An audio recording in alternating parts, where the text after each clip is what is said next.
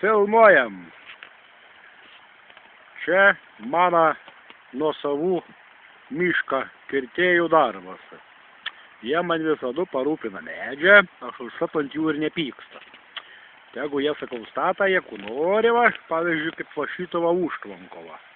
Pastatė labai gražiai surėdė, įbytų aš matė. Aš, kaip matai, didelis meistras, supranti, aš puikiai jo suprantu, iš ką jie čia daro ir kaip padaro.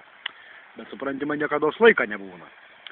Tai va, aš, matai, ruošiuos tvartus atyti 1000 avių laikyti, supranti. Tai aš sakiau, paprašysiu, kad jie man tvartus sulipdytų, va, iš šitų va, tokių pagalių ir visą dumblą šitą, va, kaip sakant, ežerą žuvų mėšlą.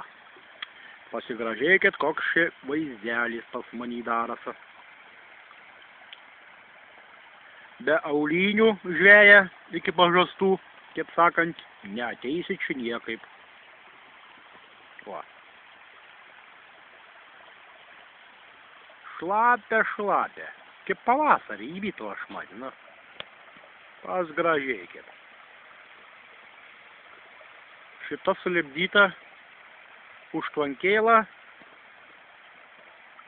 apie 12 metrų.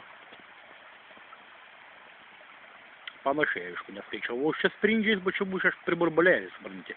Tai būtų nieks nesužinui, kokie ilgumą, supranti, yra iš tikrųjų. Bet vat aš taip dabar, supranti, vos laikaus, vat kojos biškis smenga gilyn, supranti, tik neilaiksiu pas jį kokį kurvą bėbrą, supranti, į gryčių tiesiai ant stalą, kur jie, blėt, kaip tik švinčia dabar, supranti, pergalas dienų. Na, kakletus valga, blėt, su bulba košė, kuros ir jotės iš manęs, blėt. Na nieka. Aš turiu va šitą va tokį va daiktuvą. O šitokį va štangelą firminį. Taip, kad jiem bus chajak, blėt. Ana visku gai, šitas pats kaip fėjos stebuklinga lasdelą. Taip, kad